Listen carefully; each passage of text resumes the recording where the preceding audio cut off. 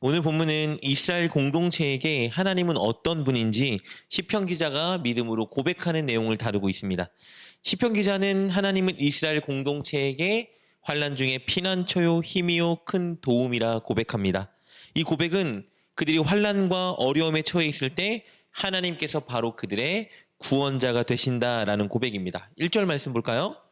하나님은 우리의 피난처시오 힘이시니 환난 중에 만날 큰 도움이시라. 시편 기자가 이렇게 고백할 수 있었던 근거는 두 가지가 있습니다. 첫 번째 근거는요, 하나님의 약속입니다.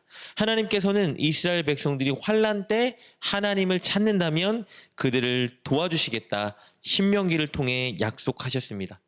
하나님께서 주신 이 약속을 근거로 이스라엘은 하나님이 환난 중에 그들의 피난처요 힘이요 큰 도움이라 고백할 수 있는 것입니다. 그리고 두 번째 근거는요, 바로 하나님의 약속 성취입니다. 하나님은 당신께서 이스라엘에게 약속하신 대로 이스라엘 백성들이 하나님을 찾을 때마다 그들을 실제로 도와주셨습니다. 그래서 이스라엘 공동체는 환난 중에 실제 하나님의 도움과 구원을 경험했습니다. 그렇게 하나님께서 약속을 성취해 주신 것을 근거로, 즉 그들이 경험한 대로 하나님이 그들의 피난처요 힘이요 큰 도움이라 고백할 수 있었던 것입니다. 이렇게 하나님을 구원자로 신뢰하며 고백한 시편 저자는 이런 하나님이 함께 하시기에 그들은 어떤 환난이 와도 두려워하지 않는다 선언합니다. 2절 3절 말씀입니다. 그러므로 땅이 변하든지 산이 흔들려 바다 가운데 빠지든지 바닷물이 솟아나고 뛰놀든지 그것이 넘침으로 산이 흔들릴지라도 우리는 두려워하지 아니하리로다 셀라. 땅과 산은 안전과 영원성을 상징합니다. 반대로 바다는 혼돈의 힘을 상징합니다.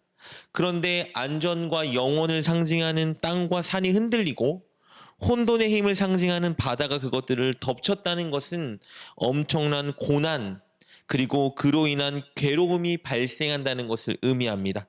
그런데 설령 이런 상황이 발생한다 하여도 시편 저자는 말합니다.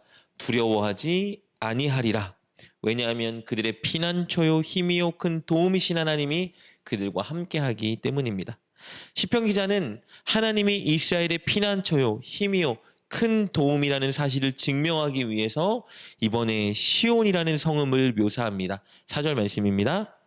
한 시내가 있어 나뉘어 흘러 하나님의 성 곧 지존하신 이의 성소를 기쁘게 하도다.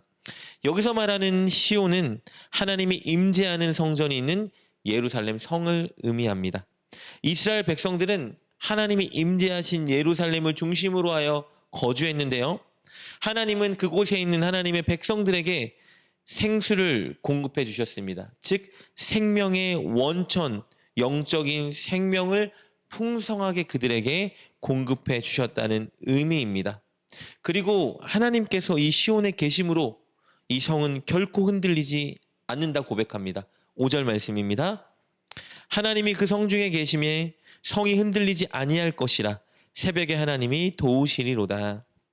하나님께서 이 성에 계시기 때문에 이 성이 결코 흔들리지 않는다는 것은요, 가장 강하고 전능하신 하나님이 그곳에 임재하시기 때문에 이곳에 있는 모든 백성들은 안전하다는 의미입니다. 즉 하나님께서 이스라엘 백성들을 안전하게 보호하시고 그들을 도우신다라는 것을 고백하고 있는 것입니다.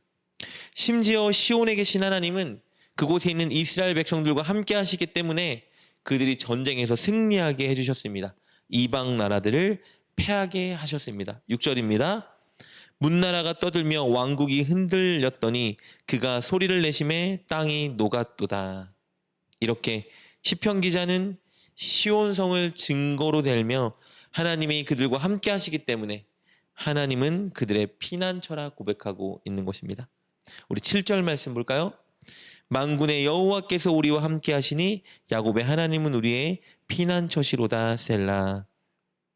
이렇게 계속해서 시편 기자는 하나님이 그들의 피난처요, 그들의 힘이요, 그들의 큰 도움이라 믿음으로 선언하고 있습니다. 그리고 이번에는 이방 민족과 왕들에게 하나님께서 그들을 위해 행하신 일들을 간증합니다. 하나님께서 하나님을 대적하고 이스라엘 공동체를 대적했던 그 원수들을 멸망시키면서 그들의 피난처요 힘이요 큰 도움이 되었던 이를 간증하기 시작합니다. 우리 8절부터 10절 말씀입니다. 와서 여호와의 행적을 볼지어다. 그가 땅을 황무지로 만드셨도다.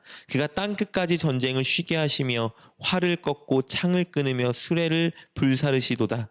이르시기를 너희는 가만히 있어 내가 하나님 됨을 알지어다. 내가 문 나라 중에서 높임을 받으리라. 내가 세계 중에서 높임을 받으리라 하시도다. 이렇게 이스라엘이 전쟁에서 승리한 것은요, 이스라엘 백성들의 힘으로 된 것이 아니라 하나님께서 그들을 가만히 있으라 하신 후에 직접 대적의 군대를 멸망시켰기 때문입니다. 그렇게 하나님은 이스라엘 백성들을 구원하셨고 그로 인해 열방 중에 높임을 받으셨습니다. 그 일을 시편 기자는 간증하며 이방 민족들과 왕에게 전하고 있는 것입니다. 이렇게 오늘 본문을 통해서 시편 저자는 계속해서 하나님이 이스라엘을 보호해 주시고 구원해 주셨던 것을 노래하면서 하나님은 어떤 분인지 선언하고 있습니다. 끝으로 한 번 더 선언하는데요. 11절 말씀 이렇게 기록되어 있습니다. 만군의 여호와께서 우리와 함께 하시니 야곱의 하나님은 우리의 피난처시로다 셀라. 사랑하는 여러분, 오늘 시편 기자의 고백처럼 하나님은 저와 여러분의 환난 중에 피난처요 힘이요 큰 도움이십니다.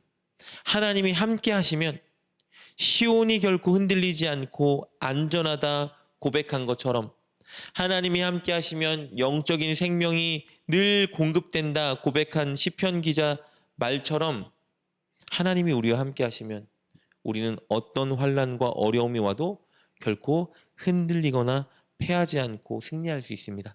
하나님이 함께 하시면 우리는 늘 영생을 공급받고 구원받을 수 있는 것입니다. 그렇다면 우리에게 가장 중요한 것은 우리가 우리의 피난처요 힘이요 큰 도움이신 하나님과 함께하는 것입니다.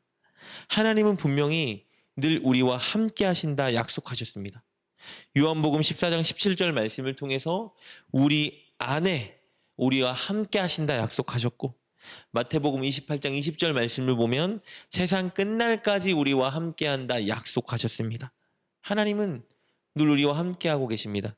그렇다면 우리는 우리와 늘 함께하신 하나님을 인지하고 그분과 동행하는 삶을 살아야 합니다.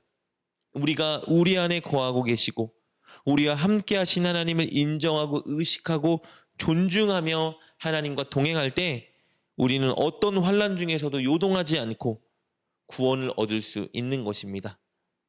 사랑하는 여러분, 여러분과 함께하고 계시는 하나님을 인정하고 의식하고 존중하며 살고 계신가요?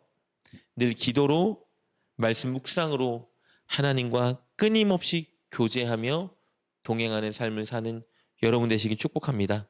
그리고 순종함으로 날마다 하나님과 같은 길을 걸어가십시오. 그럴 때 하나님이 우리를 늘 승리와 구원의 길로 인도해 주시는 것을 경험하게 될 것입니다. 그리고 시편 기자의 고백처럼 하나님은 환난 중에 나의 피난처요 힘이요 큰 도움이라 고백하고 노래하는 자리에 서게 될 것입니다. 그렇게 늘 하나님과 동행하며 살아가는 여러분 되시길 주님의 이름으로 축복합니다. 기도하겠습니다. 환난 중에 우리의 피난처요 힘이요 큰 도움이신 하나님, 우리를 고아처럼 버려두지 않으시고 우리와 늘 함께 하시며 도와주시니 감사합니다. 우리가 우리 안에 거하시며 우리와 함께 하신 하나님을 늘 인정하고 의식하고 존중하며 살게 하여 주옵소서. 기도와 말씀 묵상으로 하나님과 늘 교제하고 순종으로 하나님과 동행하는 삶을 살게 하여 주옵소서. 예수님의 이름으로 기도드립니다. 아멘. 오늘 말씀을 통해 깨닫고 결단한 것은 무엇입니까? 그것을 붙들고 하나님께 기도합시다. 그리고 그렇게 실천하며 하루를 살아가는 여러분 되시길 주님의 이름으로 축복합니다.